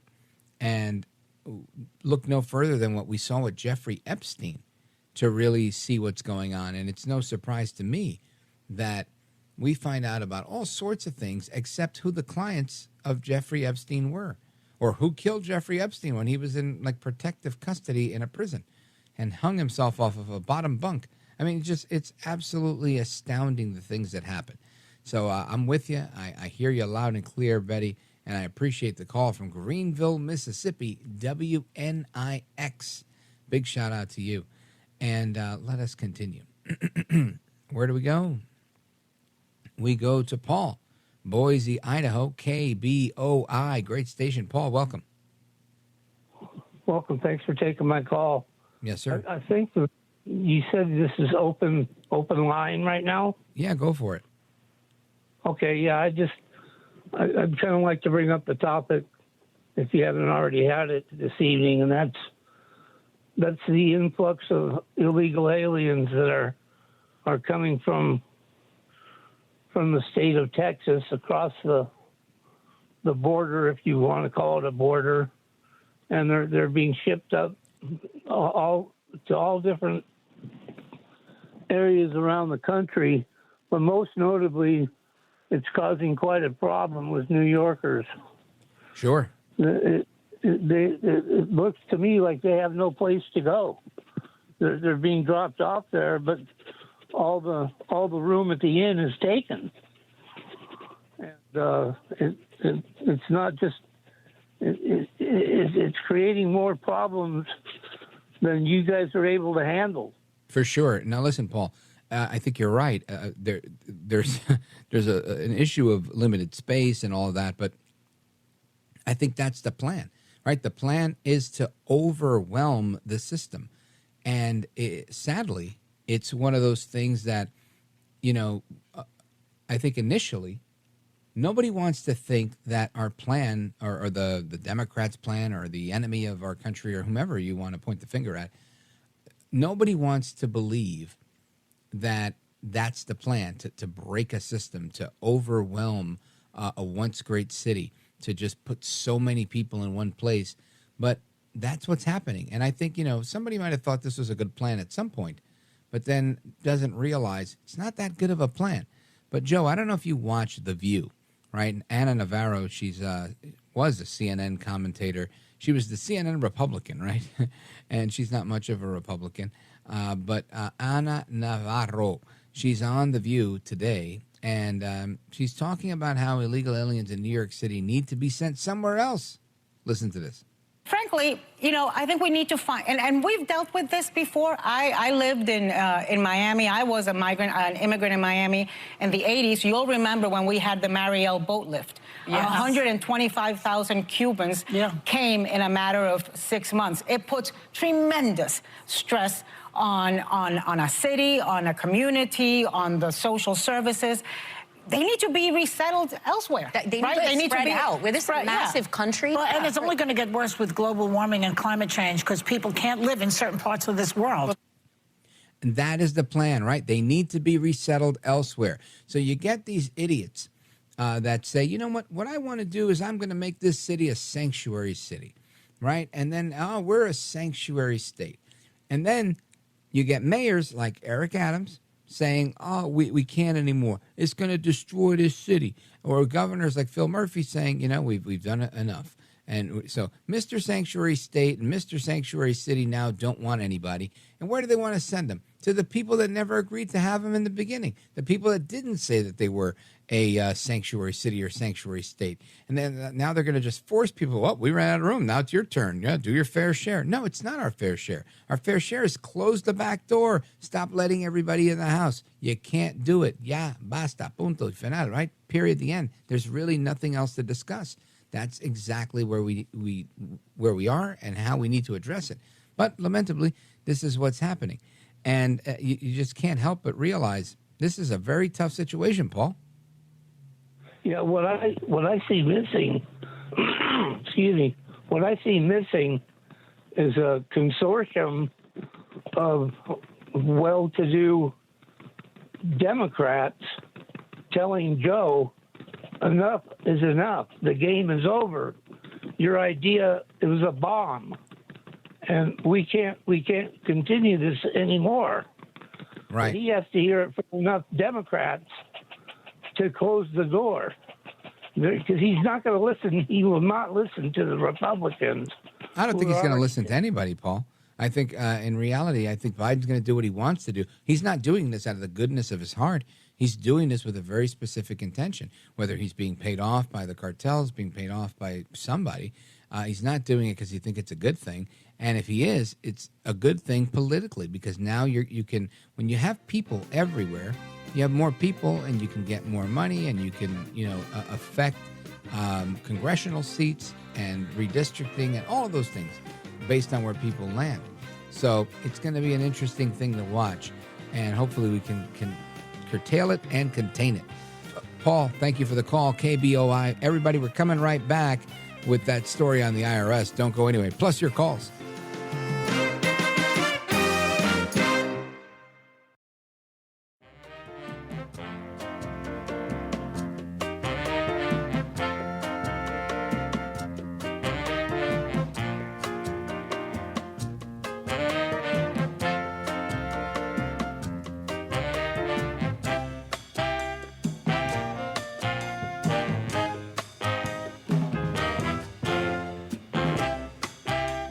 I want to listen to you, Rich, all the time. America at Night with Rich Valdez. Call now, 833-4-VALDEZ. That's 833-482-5337. 833-4-VALDEZ.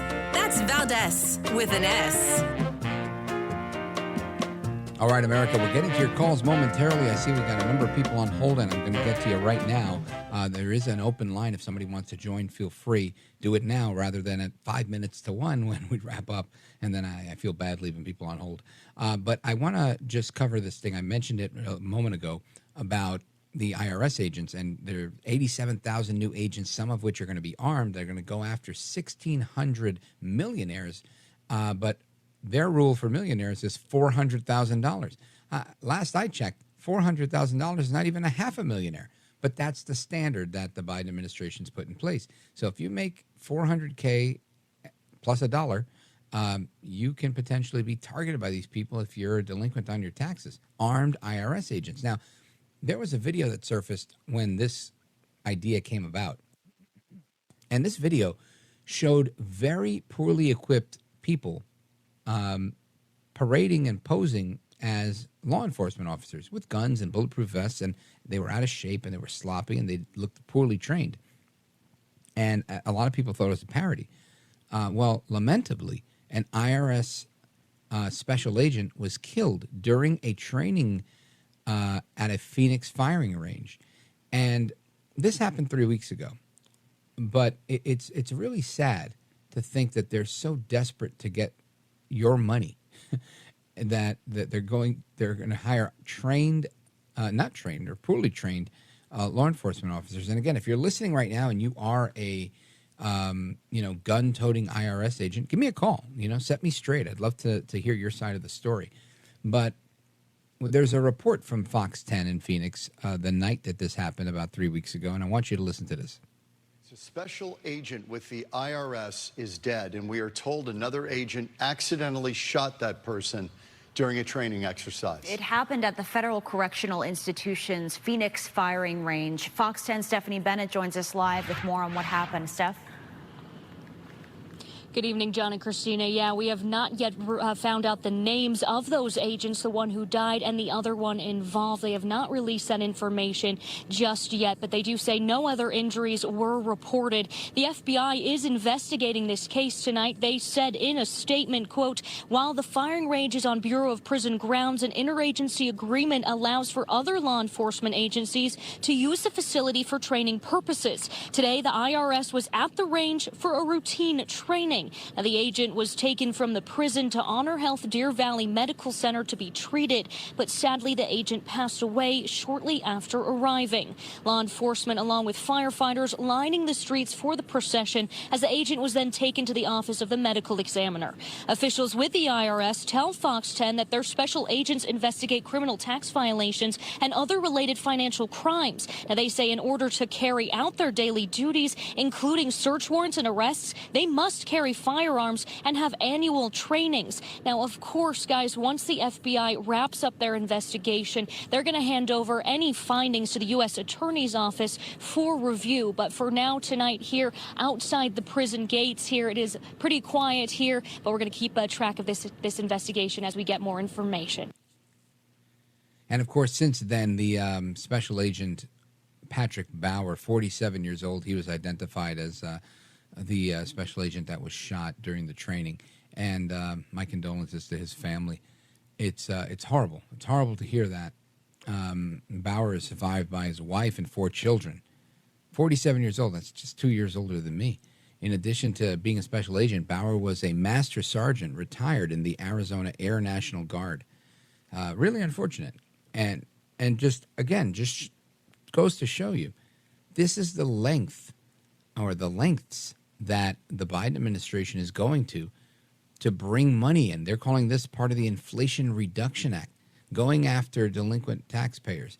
Now, listen, I'm not saying people who are delinquent on their tax bill should not have to pay. No, but I am saying the government should not come and point the gun at you in order to get you to pay your bill, right? You sue somebody, you put them in collections, you do what everybody else does. You don't get to use the power and strong arm of the government to say, well, you haven't paid your taxes? This is not an American concept.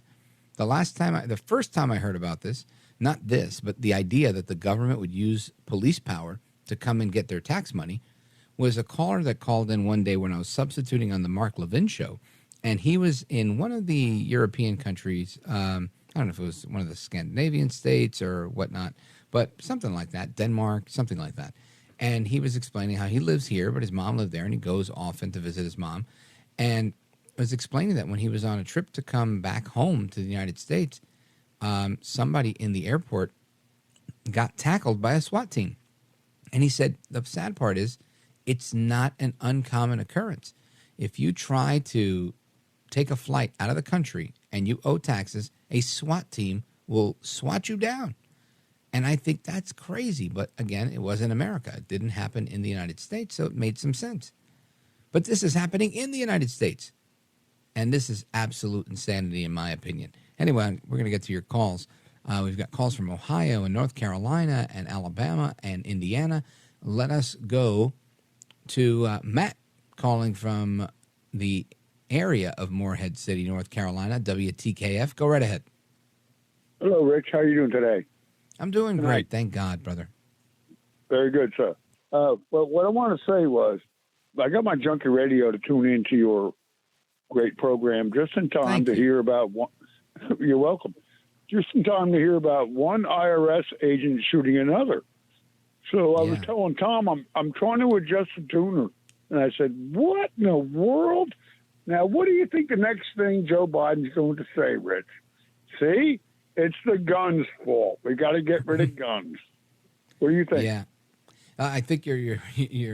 I would love for him to say that and start with the IRS agents. I don't think IRS agents should be armed. Now, again, there may be some instance where you may need an IRS agent to be armed, but something we were talking about during the break offline was that there's something called the Federal Protective Service, and they're like all-purpose federal law enforcement to do all sorts of things. They can assist the cops in the federal courts. They can assist anybody they want. And this is what they do. They're federal cops, and it just strikes me as odd that we wouldn't use something that we already have, and we'd create this new armed division or add to this new armed division.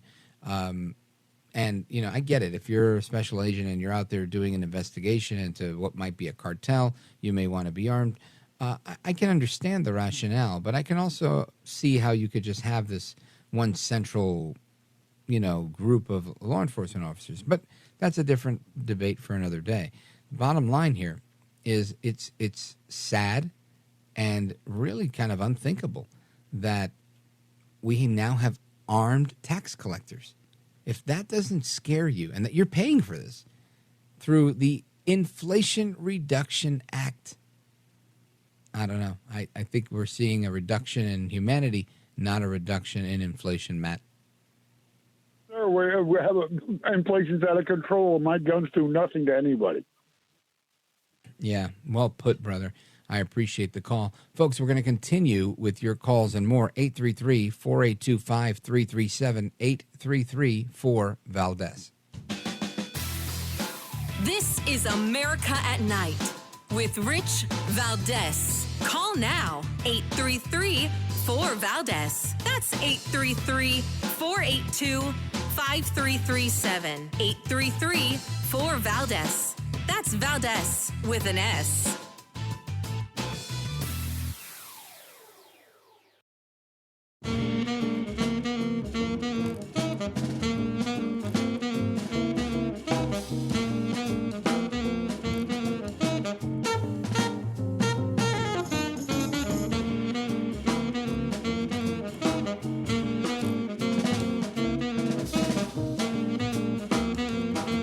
This is America. This is Night. This is Rich Valdez. Call now, 833-4-VALDEZ. That's 833-482-5337, 833-4-VALDEZ. That's Valdez with an S. All right, America, we're coming right back to your calls, 833-4-VALDEZ. Let's go to Sarah. She is in Bedford, Indiana, WBIW. Sarah, go right ahead. Hey, great show as always. And I just want to tell you, I think you're right about the illegal immigration. I don't wonder if our adversaries are not recruiting people in various countries south of the border and saying, hey, come up to the U.S., there's jobs waiting or something to get them in, and to collapse our social services. I mean, you can't have this many destitute people and suddenly find them gainful employment, much less get them to contribute to the tax base. So I agree. But, liberals, even the rational, nice, polite liberals that you can talk to, they will never change their underlying philosophy. And one of those things is with regards to the border. And the dump them elsewhere attitude is so typical. They're so typical. You're right, Sarah. And, years ago, I remember listening to the great one, Mark Levin, in the studio. And I was in the control room, and he was talking about Frances Fox Pivens. I spoke about her and her husband, Richard Clower, two professors, very liberal communist professors. They're like avowed communists. And they came up with this model that's now known as the Cloward-Piven model. And that was it. It was to overload a system to the point that it breaks so you could get your way. And I feel like this is totally the government implementing the Cloward-Piven model. And if these people are avowed communist sympathizers, then what would make me think that those utilizing the Cloward-Piven model are not sympathetic, at least with them? Because this is what they do. This is how government gets their will. They break the will of the people by breaking the system that's there to protect the people. We're seeing it with shoplifting. We're seeing it with crime overall. We're seeing it with drug use, right? 8, 9, 10 years ago, it was, we're going to do a needle exchange program, folks. Needle exchange. You know, this is because we want to keep everybody safe and clean, and they're not using clean needles. And everybody, hey, well, we don't want them to die. You know, we want the junkies to live. And again, I'm not suggesting that they should die. I am suggesting that the more the government puts money into facilitating this bad behavior and allowing it to happen, the more it's going to deteriorate and destroy the systems that we have in place. So, Sarah, I think you're 100% right. Thank you for the call. I appreciate it. Let us continue. Let us go to Jared, Pleasantville, Pennsylvania, listening on KDKA. Go right ahead. Hello. Yeah, I was calling about the IRS agents. What's on your mind? I think they need to go away as soon as possible. I mean, if you watch any of their trading videos, it's a joke. You could tell those people have never held a gun in their life. They're constantly flagging the people in front of them. It's no wonder one of them got shot. But we can't just sit around and wait for them to delete themselves, even though I think they'll do that slowly anyway. And I don't mean to be insensitive, Jared, but I saw these videos, and again, I thought it was a joke. I thought it was fake. I thought it was a parody. But it was real, and you're right. No gun safety. It was very clear, and it's very clear why someone was killed. And the question I have here is, and I don't take anybody's death in vain in any way, but how much more before they're killing us? And that's the scary part. That is a very, very scary part. Anyway, I want to thank you for your call, Jared, and I want to continue. Let us go to Patty. Patty is on the line. Patty, where are you calling from? What city and state? Okay. Hi. St. George, Utah? St. George, Utah, yeah. All right. Well, thanks for tuning in tonight. St. George is the closest. Yeah. And what did you want to say? Hi. Well, I was just saying, hearing both of you, it's so strange. When I was around 2.5 to 3.5, my mother was she would leave the house and pretend I was with her and leave me with my uncle and a group of psychopaths. And my uncle was in those states, so he was like the golden boy. He didn't look evil, but they were extremely evil, and I saw extreme things. But it's kind of weird, but I used to work in the White House. And I got caught in, I was going out to Andrews Air Force Base over with speeches. Right. And I got caught in a flash flood and ended up with encephalopathy in my brain from encephalitis. Oh, I got in so many sewage and toxic waste and everything else, but I'm totally and permanently disabled because of it from the time I was 28, and I'm old now. And I've had, I'm not feeling too well right now, actually, because I had a cancer treatment, but I've had double mastectomies, and I have leukemia. Oh, my God. And I'm working on workman's comp from the White House, but I'm stuck at the same level pay-wise as I was 50 years ago. Wow. So you're first of all, I apologize, and I'm so sorry that you're going through all of this stuff. But you're telling me that when you were younger, you were trafficked by your own family. Then you got a brain injury from being caught in a flash flood, only to recover to be caught up with cancer, leukemia, and have a double mastectomy. Yeah, well, it's 49. Wow. I mean, if you are not the poster child for resilience and for strength, I don't know who is, Patty. Kudos to you. That can't be easy. I don't know.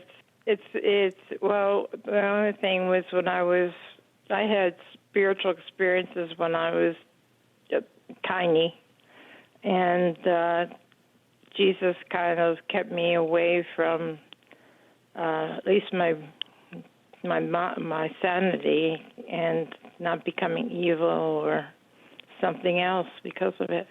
So your faith is what got you through it. Patty, it's a remarkable story.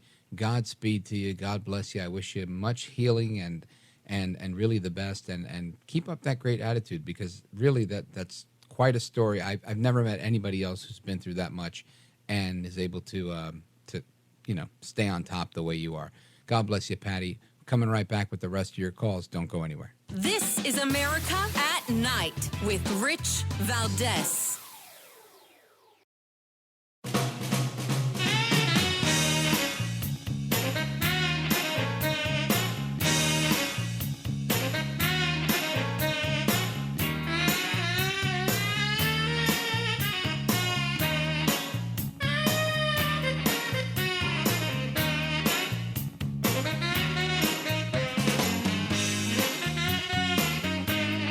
Voted best head of hair in live late night radio 6 years in a row. It's Rich Valdez.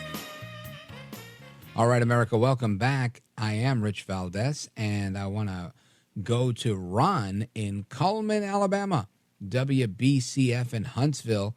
Ron, welcome. You're on with Rich Valdez. Go right ahead. Yes, sir. Thanks for taking my call, Rich. Jesus is a great physician.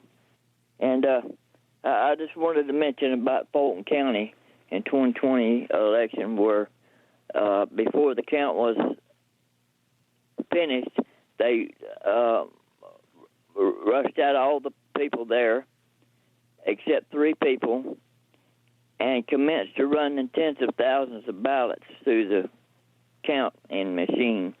And this was all caught on surveillance camera. I don't know if you've seen the video I've or seen not. the video. I have seen the video. And again, I can't really decipher what's happening in the video, but to me, it looks like they're counting ballots. And then all of a sudden they go to these like movable file cabinets that are under these tables, and they move those out. And again, I don't know the process, but I can tell you the video I saw, it looked weird. It looked odd. It looked off. And I know that they brought it up and they've tried to use it as evidence. And Mayor Giuliani was using it in hearings that he did in state houses across the country. And I remember it so well only because he had a radio show at 9 o'clock, and my show was on during the day. But when he was busy defending Trump or doing these hearings in different state houses, they picked me to cover his show. So I totally remember when this was happening, and he'd usually call in as a guest, and we would talk about what he was covering that day in whichever state house he was in whichever state legislature. So, I know what you're talking about. I've seen it. I think a number of people have analyzed it, and we still haven't gotten to the bottom of things, and I doubt we ever will. I mean, we never figured out the funny business that happened in the Kennedy-Nixon election. Do you think we're going to learn what happened in 2020? Definitely not anytime soon. Folks, hasta la próxima. Until the next time, take care, good night, and God bless. I thank you all for your calls and for joining us tonight. I'm looking forward to being back with you on Monday. Make sure you check out the Best Of program on the weekend, and keep it locked on this station. There's more programming right now.